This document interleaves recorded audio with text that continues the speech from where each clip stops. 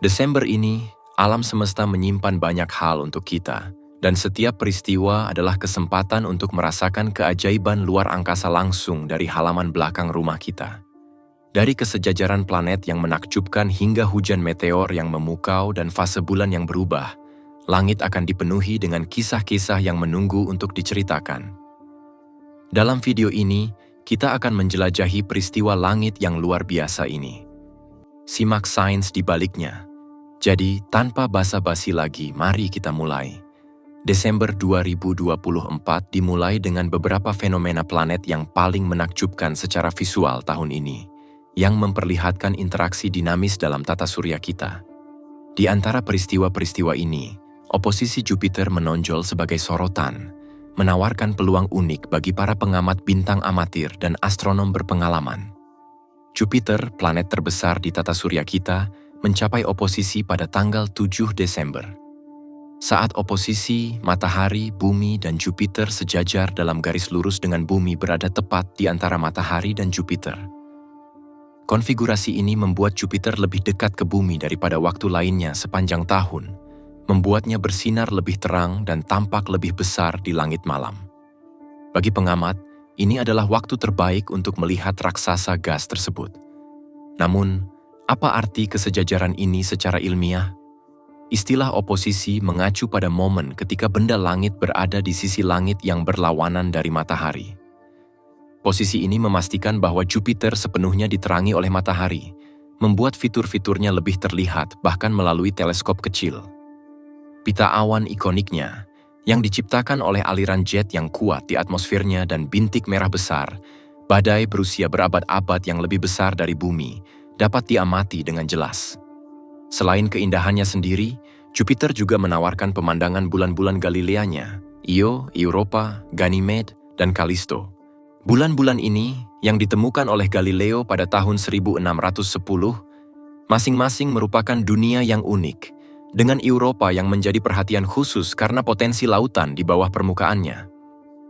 Dari perspektif yang lebih luas, mempelajari Jupiter selama oposisinya memberikan wawasan penting tentang raksasa gas, yang dapat menginformasikan pemahaman kita tentang eksoplanet dan tata surya lainnya. Jupiter berfungsi sebagai pola dasar bagi dunia-dunia masif ini, yang menawarkan petunjuk tentang komposisi atmosfer, medan magnet, dan pembentukan planet. Hanya beberapa hari sebelum oposisi Jupiter, langit malam akan menawarkan suguhan surgawi lainnya, yaitu konjungsi bulan dan Venus pada tanggal 4 Desember. Konjungsi terjadi ketika dua benda langit tampak berdekatan di langit dari sudut pandang kita di bumi. Peristiwa ini akan menampilkan bulan sabit ramping yang terletak di dekat Venus, yang sering disebut sebagai bintang malam karena cahayanya yang cemerlang. Kecerahan Venus merupakan hasil dari atmosfernya yang tebal dan memantulkan cahaya, yang sebagian besar terdiri dari karbon dioksida dan awan asam sulfat. Kedekatannya dengan bulan menciptakan pasangan visual yang mencolok yang mudah dikenali dan memikat bagi pengamat dari semua tingkatan. Konjungsi juga berfungsi sebagai pengingat akan keterkaitan mekanika langit dan kesejajaran orbit planet. Kemudian di bulan itu, bulan akan bertemu lagi, kali ini dengan Jupiter. Pada tanggal 14 Desember, bulan purnama akan melewati dekat Jupiter di langit malam. Pasangan ini menciptakan titik fokus yang terang di langit, dengan kecemerlangan bulan yang ditekankan oleh cahaya Jupiter yang stabil. Konjungsi seperti ini memberikan manfaat praktis bagi pengamat. Bagi mereka yang baru dalam mengamati bintang, peristiwa ini menawarkan penanda yang mudah diidentifikasi untuk menemukan planet dan mempelajari dasar-dasar navigasi langit. Bagi para astronom berpengalaman, mereka menyoroti gerakan ritmis benda-benda langit dan ketepatan orbitnya. Desember ini, kita akan menyaksikan dua hujan meteor, Geminida yang produktif dan Orsida yang lebih tenang tetapi tidak kalah menarik. Geminid secara luas dianggap sebagai salah satu hujan meteor paling spektakuler tahun ini. Tidak seperti kebanyakan hujan meteor yang disebabkan oleh puing-puing komet, Geminida berasal dari asteroid yang dikenal sebagai 3200 Phaethon. Benda induk yang tidak biasa ini melepaskan puing-puing berbatu saat bergerak mendekati matahari, meninggalkan jejak partikel yang dilewati bumi setiap bulan Desember. Pada puncaknya, Geminida dapat menghasilkan hingga 150 meteor per jam dalam kondisi optimal. Meteor ini terkenal karena kecerahan dan warnanya, yang dapat berkisar dari putih hingga kuning, biru, dan bahkan hijau, tergantung pada komposisi dan gas atmosfer yang berinteraksi dengannya. Pada tahun 2024, puncak Geminida bertepatan dengan bulan yang hampir purnama, yang dapat membatasi visibilitas meteor yang lebih redup. Namun, Geminida dikenal karena garis-garis bercahayanya, dan banyak meteor masih akan terlihat meskipun cahaya bulan terang. Untuk memaksimalkan pengalaman, pengamat disarankan untuk mencari lokasi yang gelap, jauh dari lampu-lampu kota, dan mengamati setelah tengah malam saat titik radian di konstelasi Gemini mencapai titik tertinggi.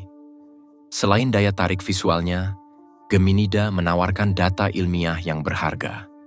Hujan meteor memberikan gambaran sekilas tentang komposisi benda induknya, membantu para peneliti mempelajari evolusi asteroid dan dampak radiasi matahari pada permukaannya. Perilaku meteor ini juga berkontribusi pada pengetahuan kita tentang objek dekat bumi dan potensi risikonya. RSID, hujan meteor yang kurang dikenal, mencapai puncaknya sekitar tanggal 22 Desember. Dengan laju 5 hingga 10 meteor per jam, hujan meteor ini tidak sekuat Geminida, tetapi tetap memiliki pesona yang tenang. Meteor-meteor ini berasal dari komet 8P/Tadel, dan titik radiannya terletak di dekat mangkuk biduk kecil di konstelasi Ursa Minor. Waktu puncak RSID bertepatan dengan bulan cembung yang memudar, yang dapat mengurangi visibilitas meteor yang lebih redup. Namun, mereka yang bertahan dalam kondisi gelap masih dapat menikmati pemandangan meteor yang melesat di langit utara.